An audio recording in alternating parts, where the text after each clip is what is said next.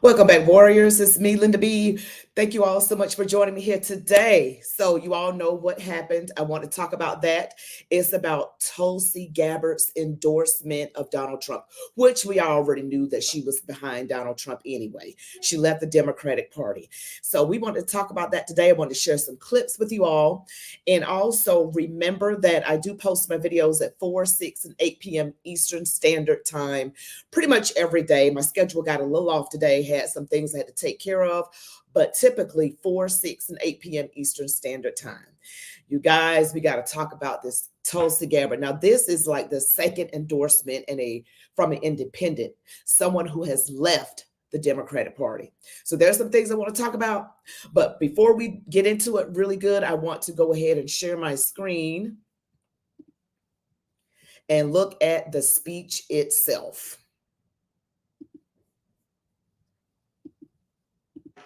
And today I'm honored to officially welcome another true American patriot, a 17-year veteran of the Hawaii Army National Guard, a 4-term Democrat congresswoman, very, very popular, the former vice chair of the National Democratic Party and a 2020 Democrat candidate for the United States presidency. You know, she was a very good candidate. Every time she ran, she was good. She did well. She decided to leave. She couldn't take it anymore, but she is very special. And I didn't know this, but she was a lieutenant colonel. That's not bad. Lieutenant colonel.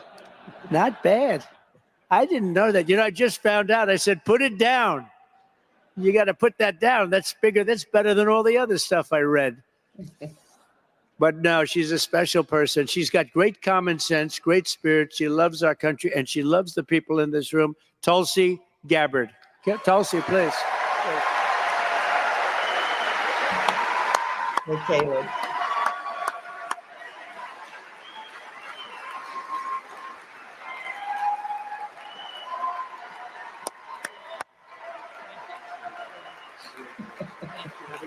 Thank you. Thank you, Mr. President. Aloha. I know we got Hawaii in the house here. There we go. It is a privilege to be here with all of you, my brothers and sisters in uniform, especially on this day of all days. I had the privilege of joining President Trump this morning at Arlington Cemetery, where he joined 2 Gold Star families and loved ones of Staff Sergeant Hoover and Sergeant G, both of whom were 2 of the 13 killed in the Abbey Gate attack 3 years ago today in Kabul.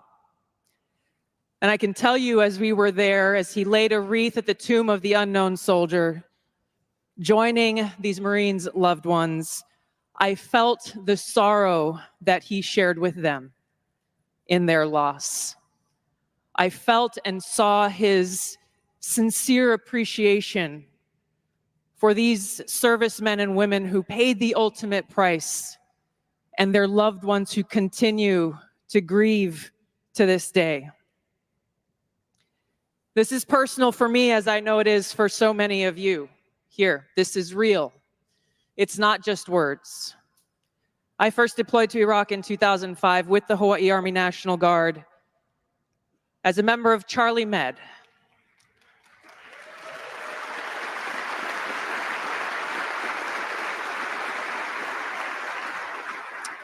As those of you who were deployed during that time know, it was the height of the war, and sadly, we took many casualties. And every day we were confronted with that high human cost of war and that sadness as we boarded the plane when we left, that we were leaving some of our brothers and sisters behind, only to lose others when we got home to suicide. So I mean what I say when I share with you that I know that President Trump understands the grave responsibility that a president and commander-in-chief bears for every single one of our lives. Whether you're a soldier, you're an airman, a Marine, sailor, or a coastie, he keeps us in his heart in the decisions that he makes. We saw this through his first term in the presidency, when he not only didn't start any new wars, he took action to de-escalate and prevent wars. He exercised the courage that we expect from our commander-in-chief in exhausting all measures of diplomacy, having the courage to meet with adversaries, dictators, allies, and partners alike in the pursuit of peace, seeing war as a last resort. The truth is, as we head towards our decision as a country in November, the same cannot be said about Kamala Harris. In fact, the opposite is true, and we're living through this reality today as this administration has us facing multiple wars on multiple fronts and regions around the world, and closer to the brink of nuclear war than we ever have been before. This is one of the main reasons why I'm committed to doing all that I can to send President Trump back to the White House, where he can once again serve us as our commander-in-chief.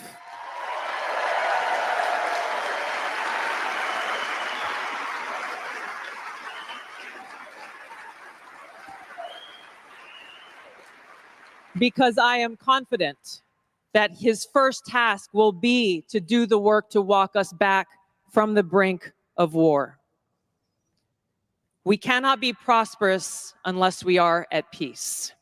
And we can't live free as long as we have a government that is retaliating against its political opponents and undermining our civil liberties, weaponizing our very institutions against those they deem as a threat. Kamala Harris has done this over the last 3.5 years. She won't hesitate to continue that if she is elected as president. President Trump has been their first and foremost target in this because they don't want us as voters to even have the option to vote for him.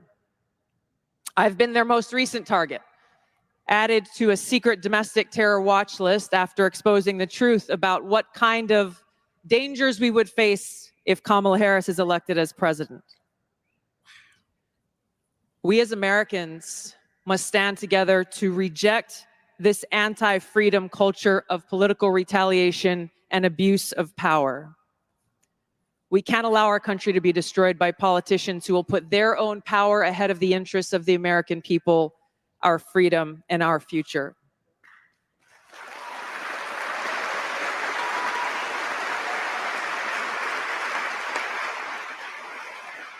I am proud to stand here before you today, whether you're a Democrat, a Republican, or an independent.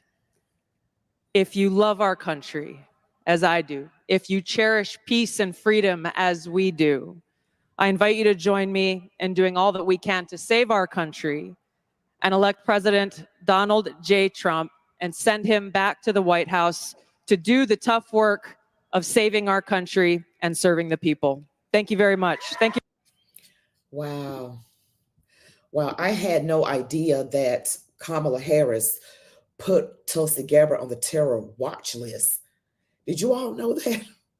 What? Was she upset about, 4 years ago when Tulsi Gabbard smoked her? Yeah, we're going to look at that again. I can never get enough of that. I can just watch that over and over and over again. I really, really can. So we're going to take a look at that. Hope everyone's having a good night. Let's see.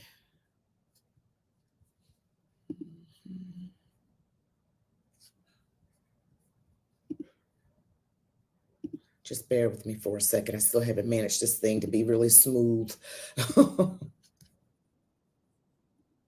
Okay, so we're going to share this clip from a while ago. Going to take just a look at this great throwback from back in the day.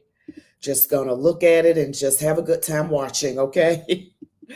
I want to bring the conversation back to the broken criminal justice system that is disproportionately negatively impacting Black and brown people all across this country today.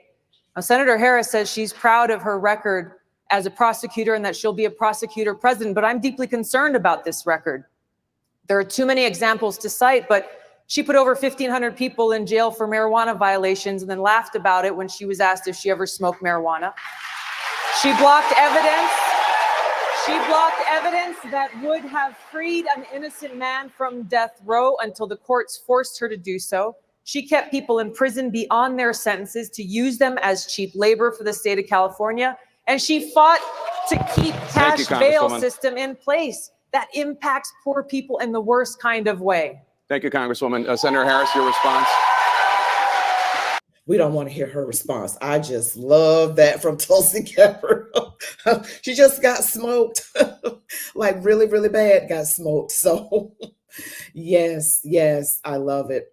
Yep. And so we're going to take a look at another one now. She mentioned in this, Tulsi Gabbard mentioned that she blocked evidence that could have spared an innocent man from going to prison.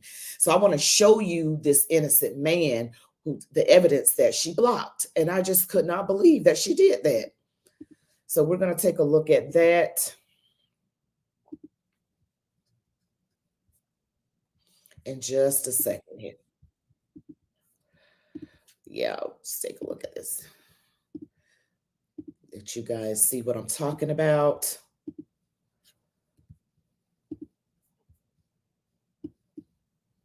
Every time I see Kamala, I want people to understand this. I am literally traumatized by this woman. Turn that off. You made a comment saying that, you know, Kamala, every time you see her laugh, it reminds you of when she was laughing at you when you was convicted. I want you to go into detail about that. And also, who do you want to see the people vote for, Kamala or Trump? Yeah, so every time I see Kamala laugh, again, like I think about that time in the courtroom, right? Her high-fiving, you know, and celebrating the win. Now, when I say celebrating the win, not that she argued it, but, you know, her office. And it's right before, you know, the Attorney General election. So she's celebrating me losing, being, you know, framed for murder. And that's all I can see it as. I don't care what everybody else, you know, look at it and say and try to give reason why I should be the bigger person and, you know, all of these things. And like, you know, the future of the country is on the line. I ain't trying to hear that shit. Y'all sold us that in 2016. Y'all sold us that and under Trump, everything was cool. You ask the day-to-day nigga. You ask the day-to-day nigga. They gonna say, when Trump was in office, it was cool. Groceries was low, right? You know, we wasn't at no wars. You know, we wasn't giving billions and billions of dollars to other countries. Seemed to be cool. That's how we felt. And as soon as Biden got into office, we didn't feel that way no more. So, you know, but every time I see Kamala, I want people to understand this. I am literally traumatized by this woman. I'm literally traumatized by this woman. So do I want to see her for the next 4, potentially 8 years, potentially 12 years because she's been in office before already? No. So it forced me to really think about things from the other side. And as I started diving deeper, I started understanding the conservative ways. So if you ask me right here, you know, who I'm voting for, Kamala Harris or Donald Trump, I'm voting for Donald Trump. And I advise every nigga out there to do the same thing. Because if you think something gonna change with Kamala Harris, is she gonna be the black woman savior for our community? Nope, it ain't happening. It's not happening. So let them pander to you all you want. Let them, you know, hit you with all the fear mongering, Project 25, and all of this shit, all you want. But it's only to point towards your fear of missing out on some shit that they're saying that they're giving us. And they're not giving us shit. We don't need shit. We block Trump, 2024, let's roll. All right. That was Jamal Trulove, the one that she blocked evidence that could have spared him. He spent 6.5 years in a high security prison. He was sentenced to 50 years, and she laughed about that. And you see how passionate he is. And, you know, he had some choice words, some very salty words, but we have to give people grace because after all he's been through for something he did not do, he don't want to even see her cackling face anymore. He doesn't want to see her. And you can't blame him, right? You can't blame him. You just can't blame him. And so I wanted to share that with you guys and get your, you know, share Throwback with you, share the speech. And now we've got 2 independents. So what do you guys think is I know you already know because my audience is very informed, but what do you feel like is the number one reason why you have so many people going independent or Republican who used to be Democrat? Why do you think that is? Leave me your chats here in the comment section, because from what I'm gathering, there's so much warmongering and things that people who have good character just can't stomach. They just can't, and their good conscience can't stomach it. And some of the other things like the indoctrination, we've got wars and all of this. And I know you all saw the honoring of the 13 soldiers that were taken out in Afghanistan. This is like the 3rd year anniversary, and Biden wasn't there, Kamala wasn't there, but you know who was there? You know who was there? It was Donald Trump. That's who was there. And I wanted to share this one with you as well, because people sometimes want to give Donald Trump a hard time, but when you invite him somewhere, he comes. When it's time to honor a service person, he is there. And nobody else is there. I mean, RFK Jr. couldn't get the Democrats to even take his call about Big Pharma and making sure that the food is pure and children are healthy. And you all know why. So I don't want to hear anybody else say anything else bad about Donald Trump. I really don't. Yeah, because he is doing what he needs to do for the country. So we're going to take a look at this right here. And this is honoring the fallen soldiers it's the 3rd anniversary of the Afghanistan attack.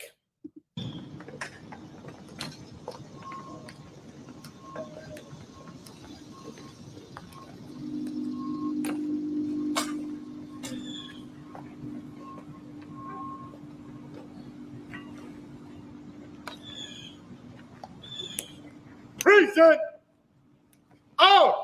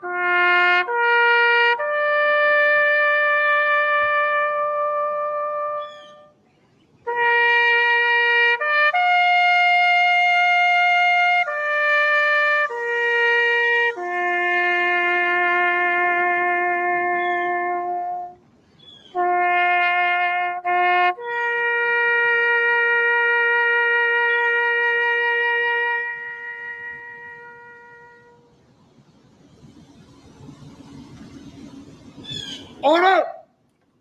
Out! That was it. Wanted to share that with you, the 3rd anniversary of the Afghanistan attack.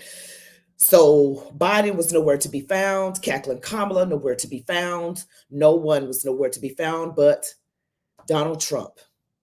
Yes, he loves this country. He's got his faults, but we all do. No one's perfect. I certainly am not. And he loves this country, though. And he loves the people of this country. And he's really looking out for us. And everything they say in the propaganda media is the exact opposite of truth. They have painted this man to look like a dictator. One of my kids was saying, one of the older kids was saying, he's a dictator. He's going to take us back. He's going to do this and do that. And she supports Kamala. And I'm like, I need to educate her on some things because that is not the case. Okay, that is not the case. If Trump is such a dictator, why did not he dictate to us the first time when he was in office? He had 4 years to do it. He didn't do it. So this is just what I don't know if you guys realize that there's a book called Rules for Radicals. And one of the things is accuse the other person or the other side of doing what you're doing. That's one of the rules. So every time the Democrats open their mouths and they say, Donald Trump is a threat to democracy, but yet and still, they try to take the man off the ballots. Yet and still, RFK Jr., they're suing him right now to take him off all the ballots off in every single state. But yet Donald Trump is the threat to democracy. Really? I beg to differ. Don't you? So, I mean, Donald Trump has done so much for everybody. He really has.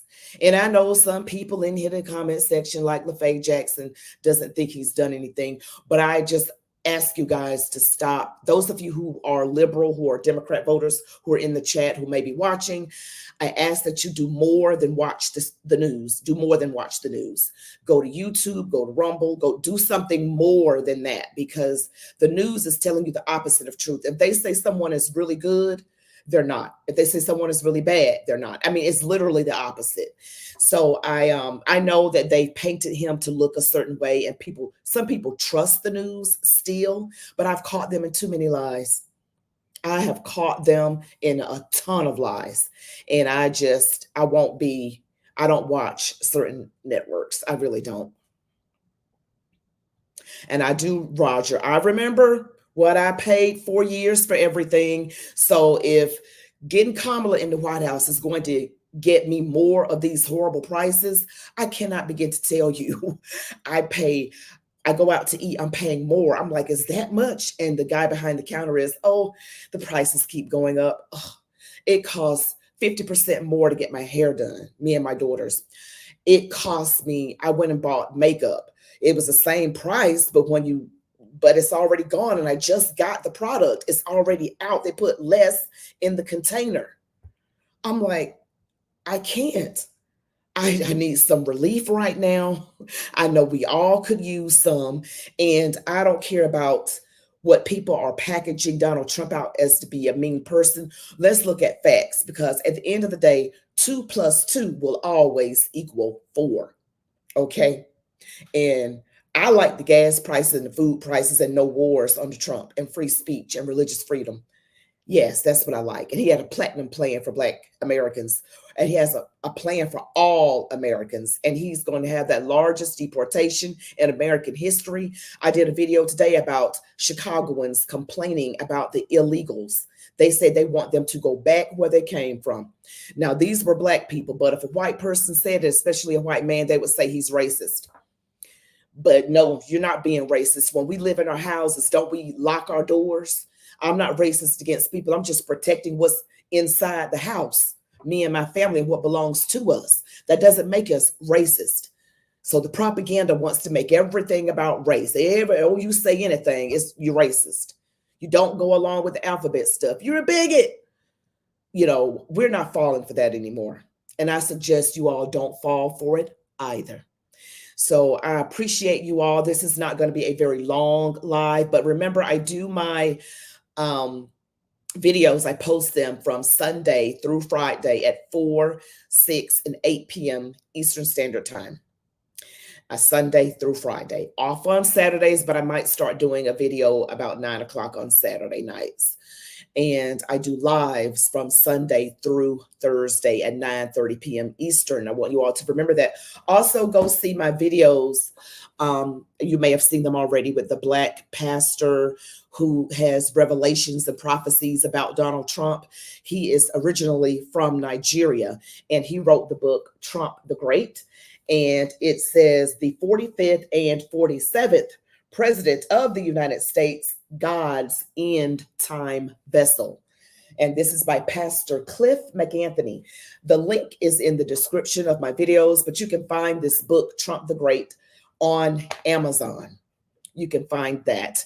And I encourage you all to purchase the book. He has biblical evidence, and I'm trying to remember to talk about this in all my videos, but he has biblical evidence that Trump is to be compared to Cyrus in the Bible in Isaiah chapter 45. And Donald Trump was the 45th president and what he did for Israel and the Jewish people. And it does coincide. I mean, so much biblical evidence. It is shocking. It is shocking. And he's God's end time vessel, according to Pastor Cliff McAnthony. I suppose he is. But you all tell me what you think about everything. I thank you so much for supporting my channel. I really do thank you so much. You all have been wonderful to me. I'm still on my way to 50,000 subscribers. I'm trying to get there. But I appreciate your support. Thank you so much. Be blessed. Love God, your families, these United States of America. And as I always say, march on, warriors. Good night, everybody. God bless all of you.